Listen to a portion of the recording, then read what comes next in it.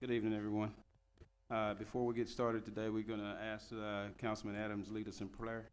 Ask everyone to please stand for the pledge.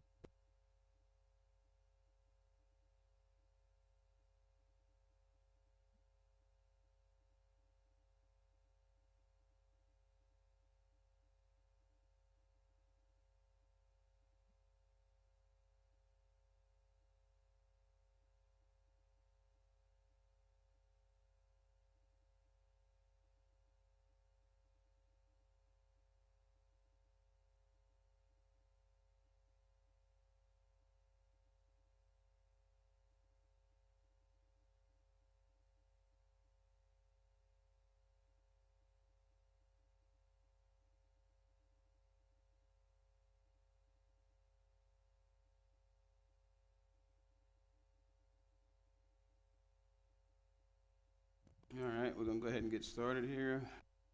First item on the agenda is to consider approval of April 2nd, 2024 regular session minutes. Council, if we had a chance to review the minutes, the floor will be open for motion. I'll make a motion, we approve the minutes of the April 2nd, 2024 regular session meeting as being presented. I will second that. All right, we have a motion made by Councilman Dale, second by Councilman Chappelle. Madam Secretary, record a vote, please. Aye. Aye. Aye. Aye. Vote is unanimous. We'll now close that item on the agenda. Next item is public comments. The City Council welcomes citizens' participation and comments at all council meetings. Citizen comments are limited to 2 minutes out of respect for everyone's time. The council is not permitted to respond to your comments. The Texas Open Meetings Act requires that topics of discussion, deliberation be posted on an agenda not less than 72 hours in advance of council meetings. If your comments relate to a topic that is on the agenda, the council will discuss the topic on the agenda at the time that the topic is discussed and deliberated. At this time, if we have anyone that would like to speak, please come up and address the council with your name and address.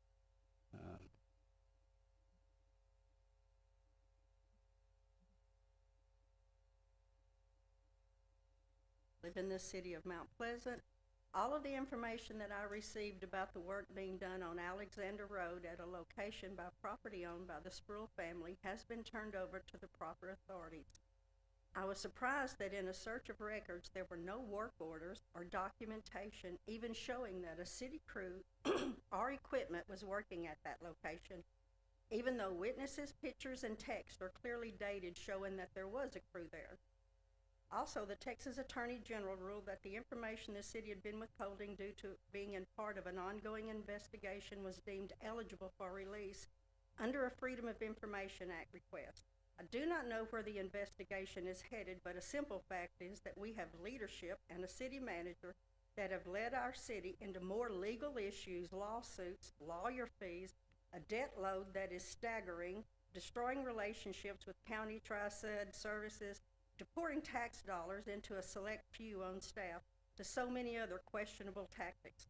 How much longer does our city and leadership get to make us look like one hand doesn't know what the other is doing? Mr. Thatcher, you need to go. You need to take a lot of people with you. You have a long history of past issues, and it appears things haven't changed. And to this council, you were all warned from the very beginning as what could happen. Even when he broke the Open Meetings Act in writing, he was still your guy, and always no action taken.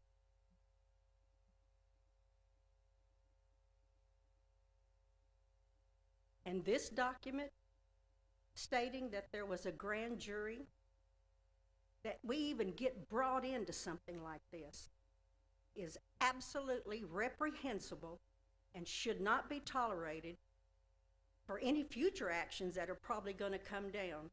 This is ridiculous.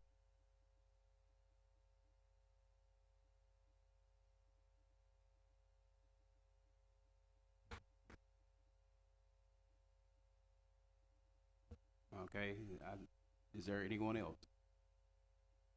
Okay, we'll go ahead and close public comments. We'll now move on to item 3, consider appointments to the Housing Authority of the City of Mount Pleasant.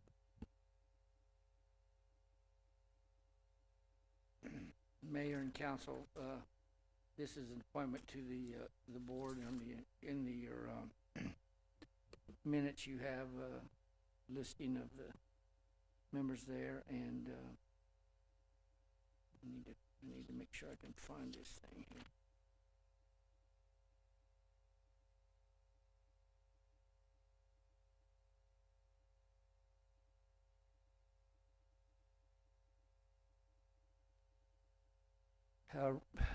Members Roy Martin, Kevin Rose, and Bobby Rice have agreed to serve another term.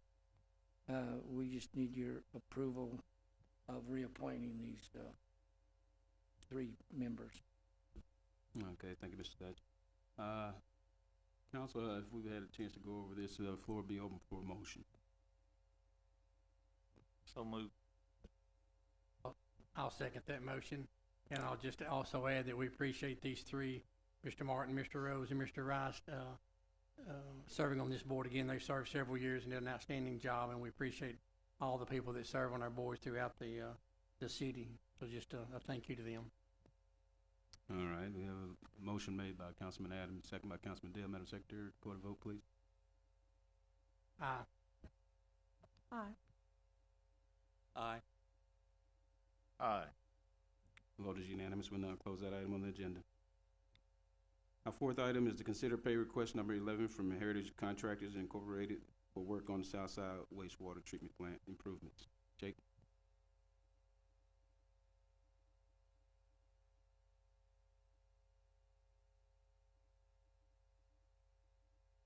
Mayor, Council, we're approaching you with the pay request number 11 and the amount of $1,100,000 or $1,742.51 on the wastewater treatment plant. Billings to date is around 43% of the total.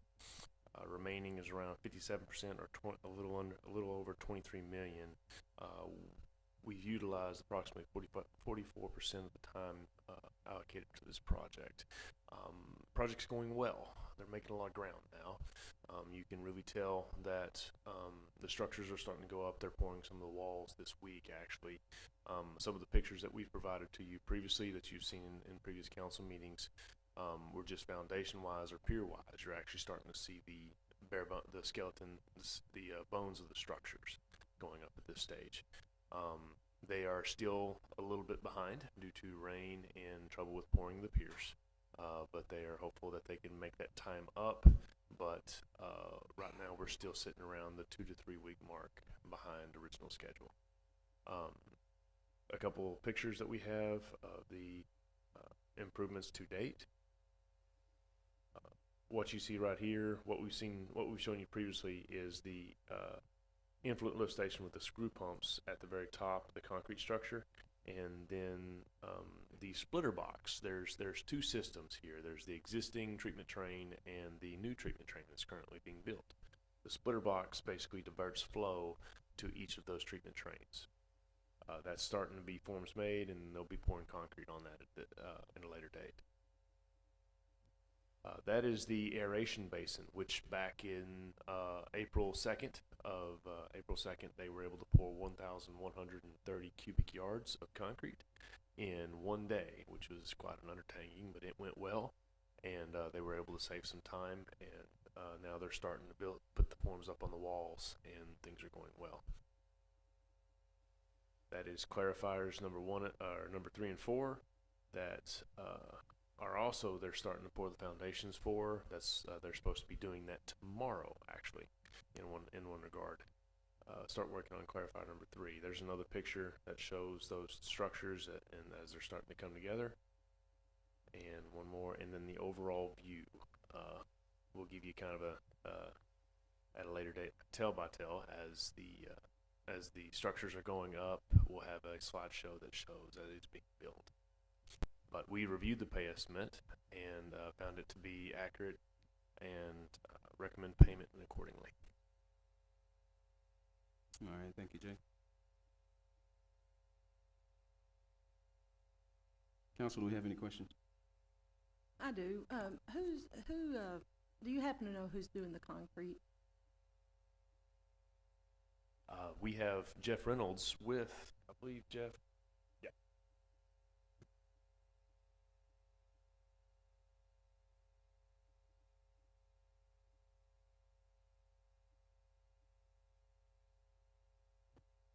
Council have any further questions?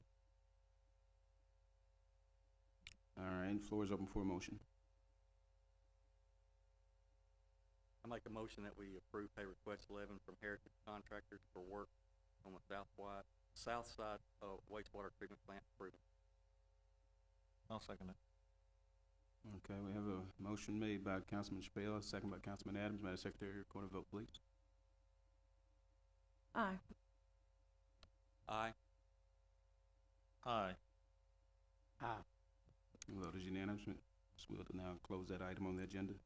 We'll move on to item 4, which is consider pay requests. Item 5, consider pay requests from Wicker Construction for work on the Sports Complex Regional Lift Station. Thank you, sir. Yes, this is number 5 from Wicker, in the amount of $199,728.15. Original contract was just under 1.8 million. They've utilized to date approximately 76% of that budget, and we have about 24% remaining. Overall timeline, we've used about 80% at this stage. Majority of the work has been completed from a pipeline and force main basis. They are mainly waiting on electrical improvements and materials that come in for the lift station itself. Once they're able to get those, then that should be moving along and finishing out accordingly. Right now, we are looking to be on schedule for that project. So we have 56 days remaining on this one? Yes, 56 days remaining on this contract. And they think they'll get the electrical materials in time to. Yes, per my conversation with Brian Capps last week.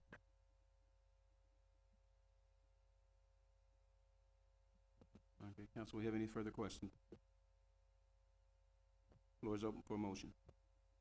I'll make a motion that we approve this pay request from Wicker Construction for the work on the Sports Complex Regional Lift Station for the financial impact of $199,728.15 has been presented. Second. Motion made by Councilman Dale, second by Councilwoman Sproul. Madam Secretary, record a vote, please.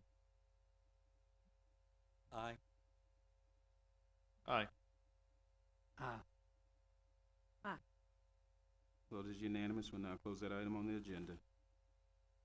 Our next item, item 6, is to consider agreement with KSA Engineers to prepare an emergency action plan required by TCEQ on the existing Lake Tankersley, New City Lake, and Old City Lake dam structures.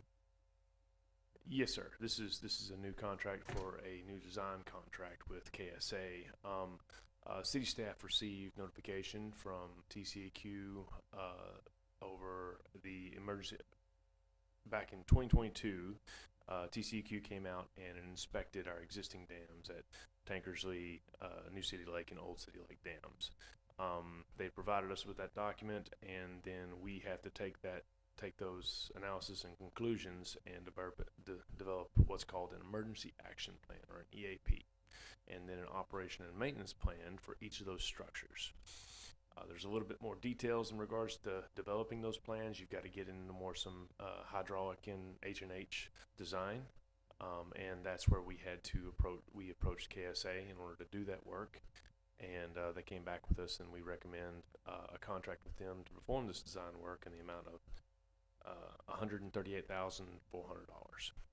This will just be for the design work only. This will not be for any type of construction documents or anything of that nature. That will occur after this study has been performed, and we've submitted to TCEQ, and they have approved for us going forward. All right, thank you, Jake. Council, we have any further questions? Or is this just a routine thing, or do you know if there's some problems with those 3 respective dams? It can be considered routine. It is mainly maintenance. So you've got some significant growth, trees around the area, erosion areas. I mean, you've got concrete structures, so it's an earthen concrete structure. So you have some cracked areas that they identified through pictures and growth along these structures. So it is considered maintenance at this stage by TCEQ, but we still have to go through the proper procedures to develop a plan and submit to them for approval. Mayor and council, this is another example of a maintenance on these dams that have been let go and not done for the last 10, 15 years. And the TCQ contacts us and says, you gotta do this. So had we had maintenance going it all along, it wouldn't be as bad, but we are needing to spend some money to get it in shape, and then we'll take care of it from here on out. Also want to bring this to council's attention. There's been some work that TCEQ has requested us to do that we've performed, that city staff has performed, but the majority of that it's a moving target when you're dealing with TCEQ staff and what they require from a maintenance perspective. All right. Council, we have any questions? I'll open the floor for a motion.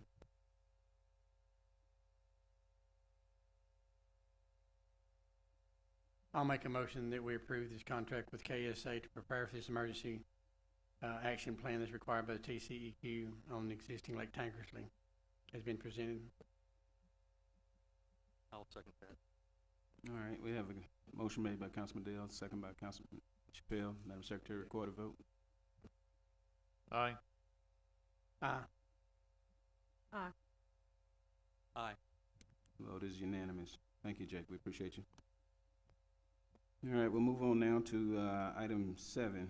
Item 7 is hold a public hearing and consider ordinance 2024-10, a request from Pan Schreiben, PE of PSA Engineering for the approval of a zoning change from a future development district to a single-family residential district and general retail district being situated in the John H. Orr Survey Abstract Number 432 and the William Porter Survey Abstract Number 437 and containing 24.28 acre tracts of land conveyed from certain property owners to Texas Utilities Mining Company by warranty deeds as recorded in certain volume and in page of the real property records, Titus County, City of Mount Pleasant, Texas, and generally located north of Breezeway Drive and the junction of North US Highway 271 and US Highway 271. Thank you, Mayor, and members of the council, and Mr. Thatcher.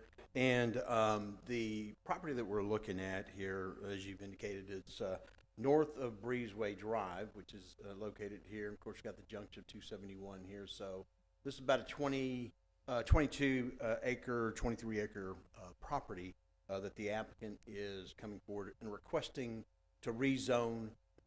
This, as you may recall, this was annexed in July of 2022, and that was part of when you had Deer Park come in and so forth. And so it was part of that 500 acre tract. So what the applicant is requesting here, excuse me, is to rezone the properties currently future development district. All this is the area that was annexed in.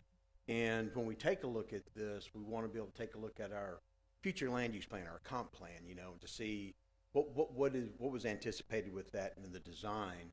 And what we're looking at here from the comp plan standpoint, they're looking for a commercial center located on the tip of this where the junction is, and then residential here. And the community residential essentially means a little bit larger lots, 10,000 square foot minimum lots. And so what the applicant has provided on his concept plan, he's showing here, we've got general retail that's going to happen here. This will be a C-store with gasoline sales and a retail strip center, probably 11,000, 12,000 square foot strip center there.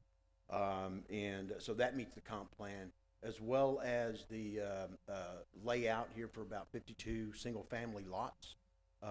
Those will be a minimum of 10,000 square feet, just like the comp plan indicates that should be. And so with that, when we take a look at that, this does meet the requirements or the recommendations of the future land use plan. We did send out 5 public notices to all property owners, and they're going to be those that are on this side. So that's why there's only 5. this area over here is outside the city limits.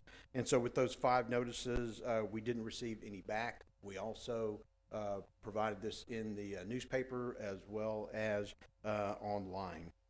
With that, we did take this before the Planning and Zoning Commission last week on April the 9th, and they're forwarding a recommendation of approval. And this is a public hearing. Mr. Schreiben is here this evening to answer any questions you may have, and staff is available as well. Do we know what type of homes are gonna be built on these lots? You might hold that button for him.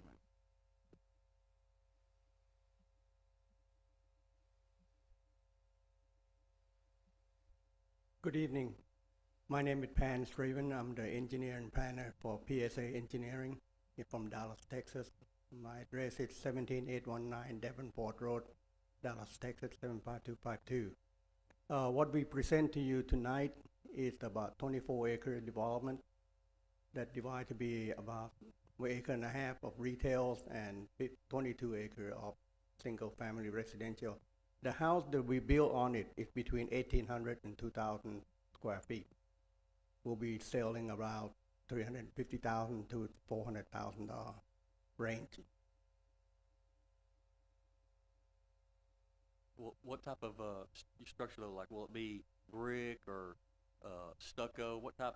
What would be the finished look? Is it gonna be kind of all the same across the board for all the 52 lots? The house will be a custom home. It will be brick and some stucco on the house. But it's not going to be a row house. It's not going to be the same house. It's going to be different style. And will be a few builder that will be buying the lot from us. This will be a 1-story and also 2-story homes. It'll be 1 and 2 story, yes, sir. And some of the house will be at big at 2,400 square feet, what I understand. David, I have a question for you. Would this fall under the plan development usage where we set up predetermined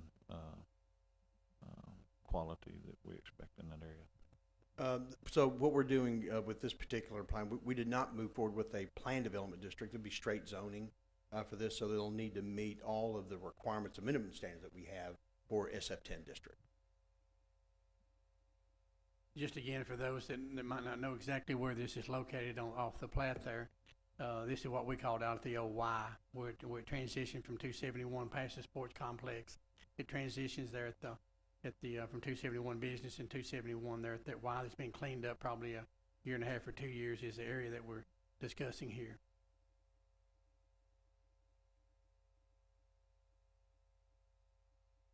All right, did you have anything else? All right, this is a public hearing. If anyone's here that would like to speak on this item, please do so now.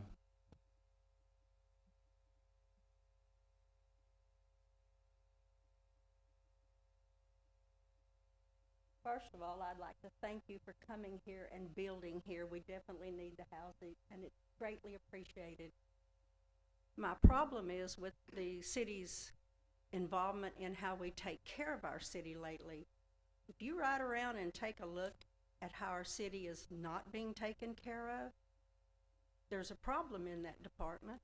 And I'm not sure if you all know or not, but there needs to be an active, aggressive code office to take care of keeping our properties clean, keeping them maintained, keeping them mowed, making sure the zoning requirements are met, making sure that everybody has a pleasant place to live, a clean place for a thriving community.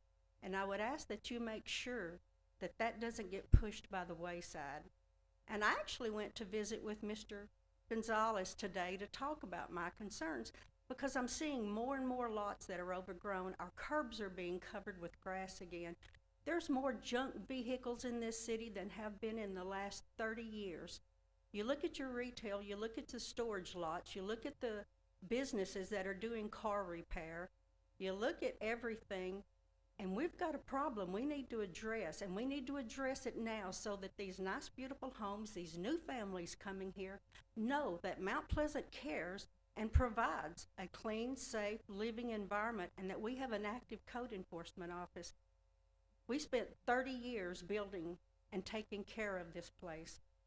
just make sure that that continues, please. But when I went to visit Mr. Gonzalez today to express concerns about what was going on, I asked him about his code enforcement staff and what was going on, and he told me he wasn't going to discuss that with me. As a taxpayer, I'm pretty furious about that. As an invested citizen and someone who loves Mount Pleasant so much, to see what is going on here and to know we're not taking care of business here, I hope, Mayor, that you will become more involved and make sure our city is as clean, beautiful as it always has been. Thank you. All right, thank you. Is there anyone else? Okay. Don't need a whole lot extra, man. It's okay. That's, note well taken. All right. All right, do we have anyone else? No, I'm talking, no.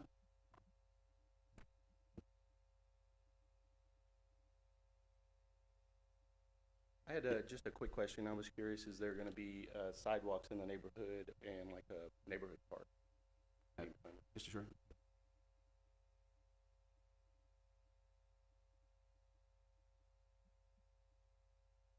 The whole subdivision will be concrete curb and gutter, and sidewalk will be built with each house.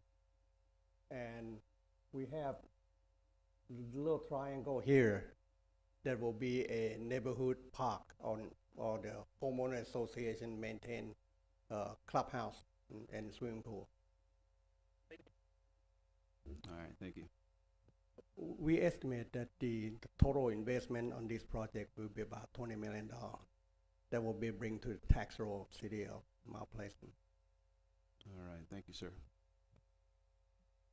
All right, if we have no one else, we'll go ahead and close the public hearing section of this and open the floor for a motion if council has no further questions. I'll move ordinance 2024-10. I'll second that. All right, we have a motion made by Councilman Adams, second by Councilman Spill. Madam Secretary, record a vote, please. Aye. Aye. Aye. Aye. The vote is unanimous. We'll now close that item on the agenda. Thank you, sir. Thank you for being here. All right, at this time, we'll go ahead and move on to item 8. Item 8 is also hold a public hearing and consider ordinance 2024-11, a request from Anna Castillo, property owner, for the approval of a specific use permit to allow for a church within a single-family residential district, being a 0.35 acre parcels of land situated in the Daniel McCall Survey, abstract number 357, Titus County, Texas, and being described as all of lots 3 and 4, block 16, Sunrise Edition, City of Mount Pleasant, Texas, and is addressed as 1306 East 8th Street. David? Yes, sir. Once again, thank you, Mayor, and members of the council. And this is a request for a specific use permit. The property is located, backs up to R.L. Journey Park.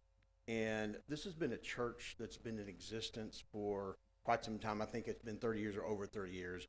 The CAD shows that it's been at this property since 1982. And unfortunately, the church was destroyed by fire in December of 2023. And so the applicant is requesting to rebuild the church. Looking at what our code requires on that, since it is 100% loss on this, well, it's more than 50% technically, that it would lose its non-conforming status, and they would have to request a specific use permit in order to be able to rebuild the church. So with that, the applicant has provided a concept plan for how they want to build the church and how they want to include parking for this. So we sat down, we met with the applicant and went over a couple of iterations and to see how they can get the plan to work in here. And so what they're looking at is about a 3,500 square foot facility. They have 46 chairs in here, and so essentially how the ordinance reads is that a parking space for the church is parked at one space for every 4 seats that's within the auditorium. And so, in this case, 46 chairs in here would equal 12 parking spaces. And so the applicant is providing the necessary parking based on the concept plan. And so we're attaching that to the specific use permit along with the conditions that it continues and meets the requirement for parking in the event they decide they want to expand. If they want to expand, if the SUP is approved, they have to come back in and redo their SUP for that. Otherwise, we do have conditions listed in here that the church be built generally to what the concept plan is indicating here, as well as that meet the minimum parking, and also that there be no occupancy in the facility, not unless it's brought up to code for building or fire code. With that, we did send out notices to all the property owners within 200 feet. That was 9 notices that were sent out. We did receive 5 notices back. Those are in your packet. All 5 of the notices that did come back are opposed to the church being rebuilt. And we did also take this to the Planning and Zoning Commission last week. And with that, the Planning and Zoning Commission is forwarding a recommendation of denial as well. Mr. Castillo is here, I believe. Ms. Castillo is here this evening to answer any questions that you may have regarding the church, and staff is available for any questions that you may have as well. All right, council, we have any questions for Ms. Castillo? David, can you repeat the numbers on what we got sent out versus what we got back, and repeat the P and Z vote, please? Yes, sir. So we sent out 9 notices, and we received 5 notices back. With that, we took it to P&Z. P&Z have forwarded a recommendation of denial. It was unanimous, 5-0. David, did P&Z indicate any reason why they were against it? They were citing the notices that were returned in there, that quite a few were taking a look at the hours of operation, the number of cars that were along the street. They were talking about the late hours and noise, essentially, and that's essentially what P&Z had discussed.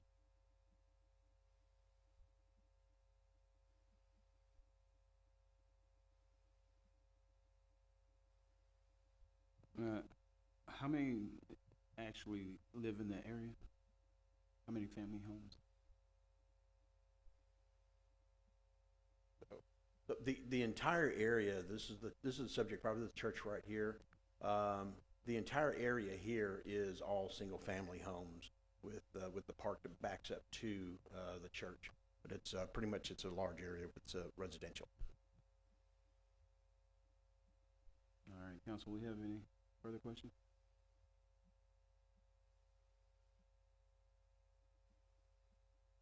All right, if we don't have any further questions, we'll go ahead and open the floor for a motion. I'm sorry, this public hearing, sir. Yeah, it is a public hearing. Did anyone want to speak on this item? Okay, we'll close the public hearing. Floor is open for a motion.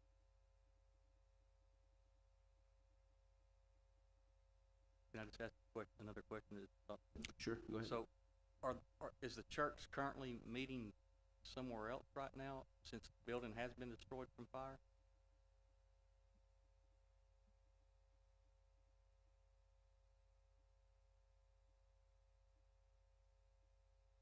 Good evening. Yes, we are gathering in Pittsburgh at someone's house for now. We are right now we have 30 people gathering, but sometimes we have to split for Sunday school, Wednesday night, and Sunday morning also, after Sunday school. And the hours of operations, well, it's because on Mondays we have prayer meeting, but it's only hour 15 minutes. Wednesdays is a regular service. Thursdays is a Bible Institute. Since I'm credential, I have my credentials to teach and, just teach people to become ministers. We are full Full Gospel Believers, Assemblies of God. That's my denomination. And we do pray a lot. So the meetings on Fridays, it's at 9 p.m. You know, the last day of work for many people, and children are off from school, so the parents can bring their children to pray, 9 o'clock on Friday. But that's our 4 days of services or activities, actually. All right, thank you. Anyone have anything else? Okay, thank you, Ms. Costello. Thank you very much for your time. All right, floor is open.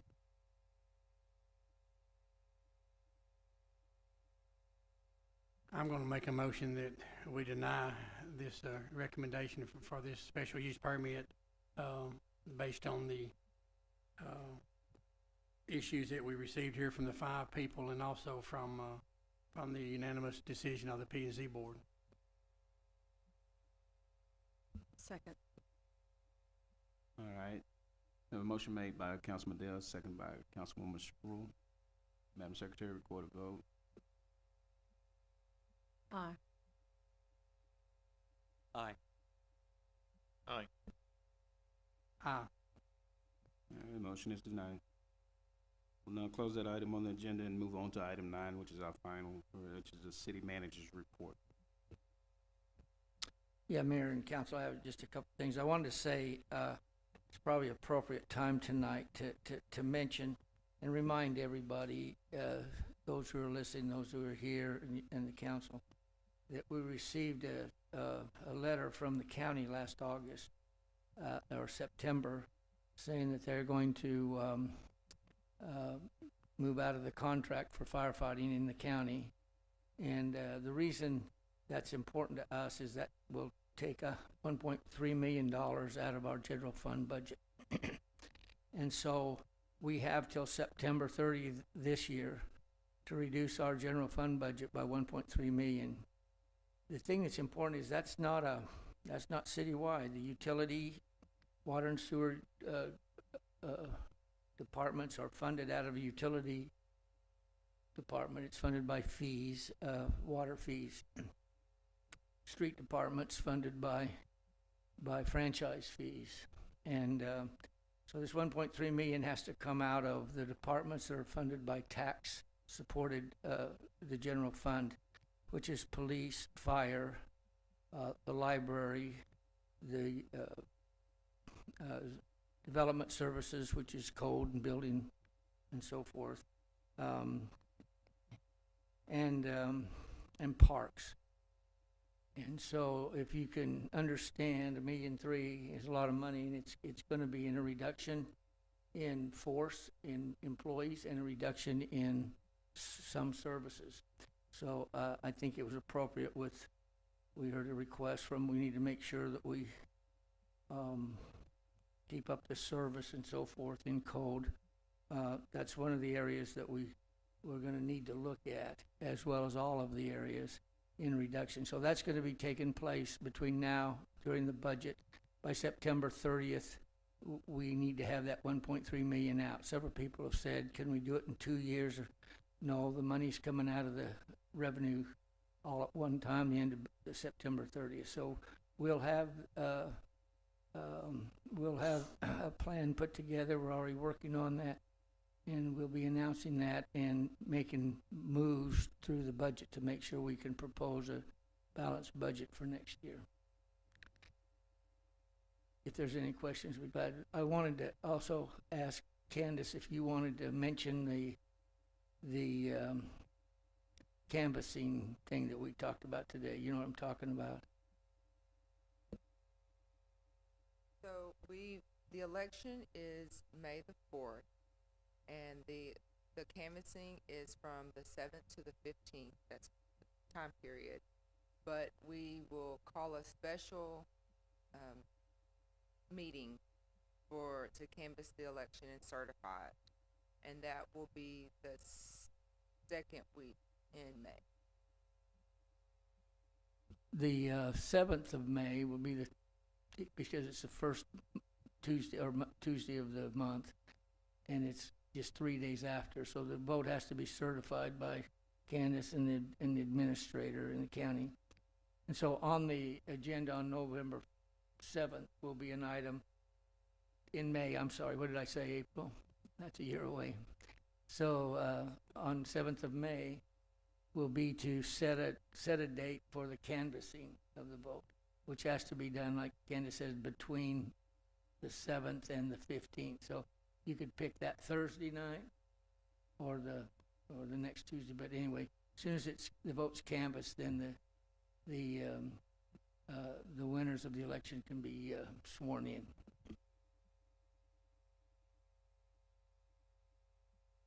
All right, thank you, Mr. Thatcher. All right, that will conclude our meeting for today. Yeah.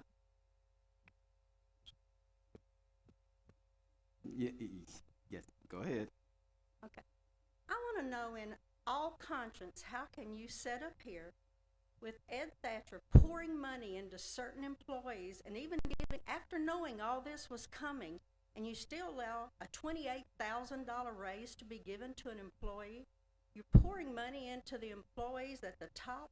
How do you in good conscience keep allowing this to happen? And then you start cutting the other people, the workers. I don't understand it. How do you deal with this? Mr. Thatcher, how do you justify giving those kind of raises while cutting other people? I mean, that raise alone would have paid for another officer. How do you justify that? You can take the raises you took the last year off the top. You knew this all this long, and you're still allowing the raises to pour like they are? Okay.